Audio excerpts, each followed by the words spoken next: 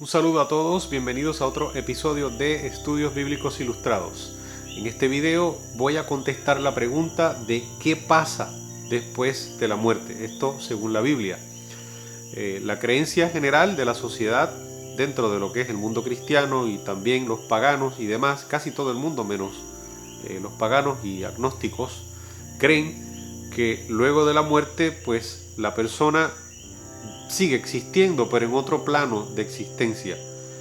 En el cristianismo se habla, por lo general, de que si una persona fue buena, siguió a Dios y hizo lo que debía hacer, pues entonces sube su alma al cielo, mientras que si fue mala, si hizo mal, pues va a ir al infierno. Y el concepto, en términos generales, establece que ni tú ni yo morimos realmente, sino que somos indestructibles. Bueno, no el cuerpo, pero algo que está dentro del cuerpo, llámese el alma. Y de allí viene la doctrina de la inmortalidad del alma, que está totalmente errada. Cuando vamos al libro de Génesis, en el capítulo 2, encontramos cuál es el secreto de la composición del hombre.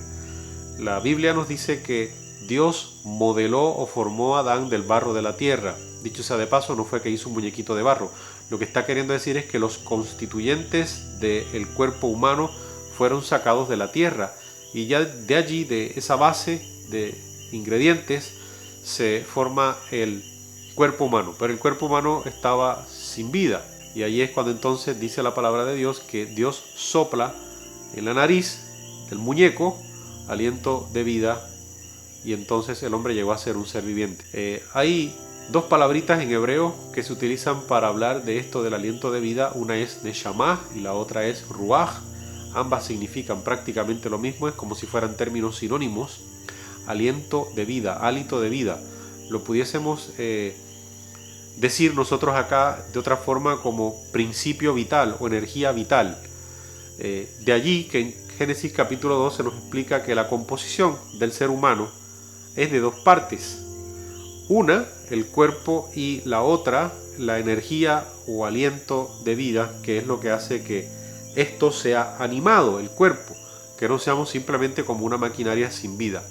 La ciencia al sol de hoy no sabe realmente qué es la vida, ni tan siquiera qué causa la vida. Interesante, ¿verdad? La ciencia no sabe qué es la vida o qué produce realmente la vida. Podemos describir el estado de algo vivo, podemos señalar algo vivo, identificar algo vivo, pero no podemos definir realmente qué es la vida. Y para darte un ejemplo de cómo va esto de la confusión, que en el mundo científico con lo que es vida, incluso no se sabe al sol de hoy si los virus son seres vivos o no son seres vivos. ¿Por qué? Porque un virus es algo extremadamente pequeño, muchísimo más pequeño que la base de todos los seres vivos, la unidad más básica que es la célula. Así que no sabemos qué es finalmente un virus desde el punto de vista científico. Muchos han propuesto que en realidad, siendo que es una colección de proteínas, es como si fuese una máquina.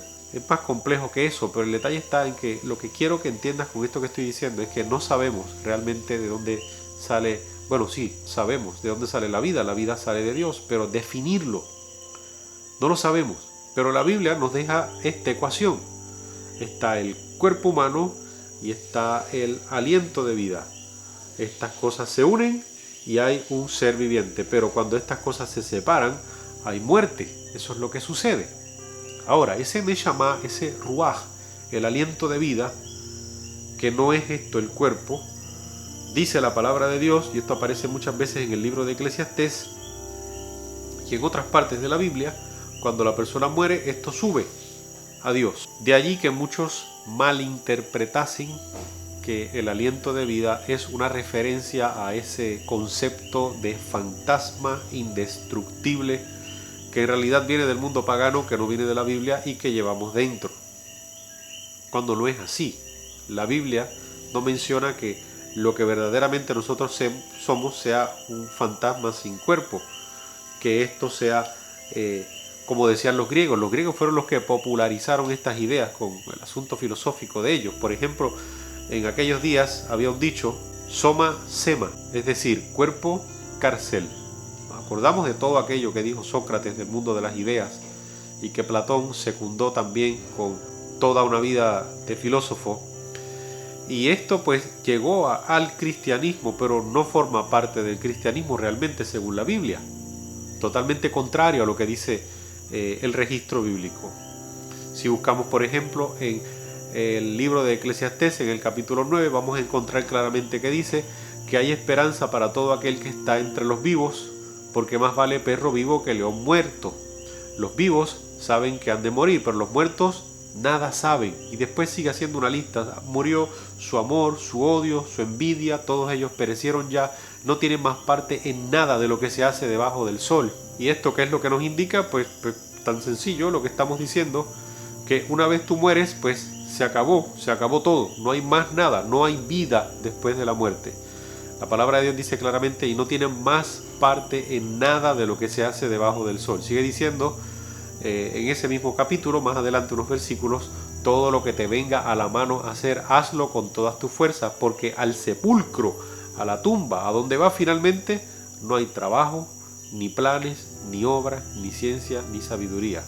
O sea que no hay vida después de la muerte, no la hay. La muerte simplemente es un estado de inexistencia, es como si una persona quedase inconsciente. Y para que puedas entender que todo este asunto de vida después de la muerte, de yo voy al cielo, mi abuelito está en el cielo, o fulano de tal, mi vecino que fue tan malo, tiene que estar quemándose en el infierno, que todo eso es falso.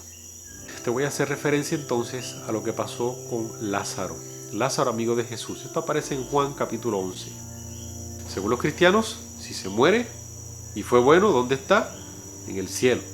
Y Lázaro era amigo de Jesús. Podemos pensar que era una persona bastante buena. ¿Qué vino pasando?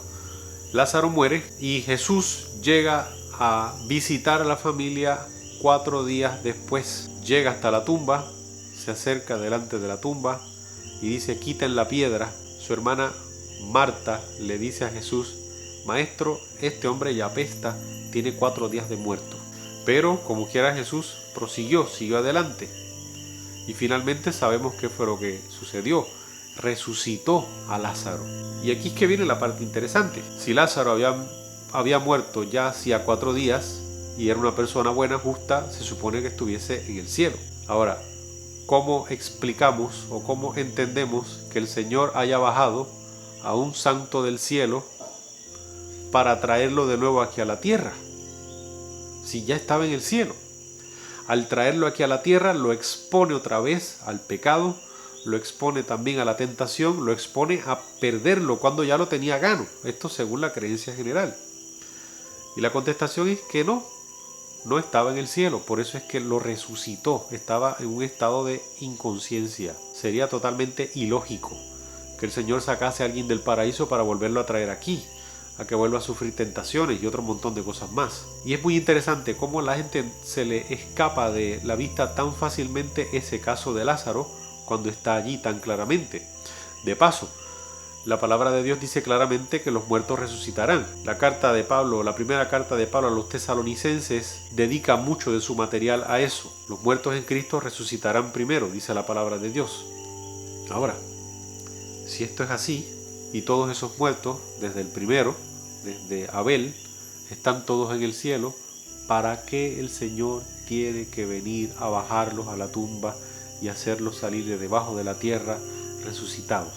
Absolutamente para nada, porque no tiene nada de lógica, y no tiene lógica porque es una creencia falsa que se incorporó al cristianismo en el momento en que el cristianismo y el paganismo se unieron. ¿Cuándo sucedió eso? Bueno, cuando hubo el matrimonio de iglesia y Estado.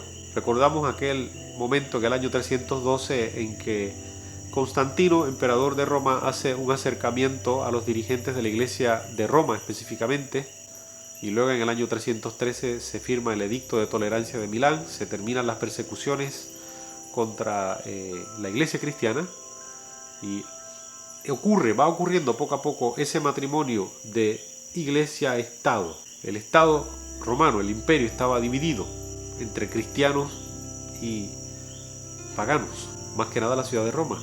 Y en nombre de la unión de paganos y cristianos, de la unificación de esas partes del imperio, pues hubo concesiones de ambos lados, concesiones de parte de los paganos y concesiones de parte de los cristianos. Y entonces ahí es que entran estas creencias maléficas dentro del cristianismo, terribles. Que la paz de Dios sea contigo. Gracias por ver el video.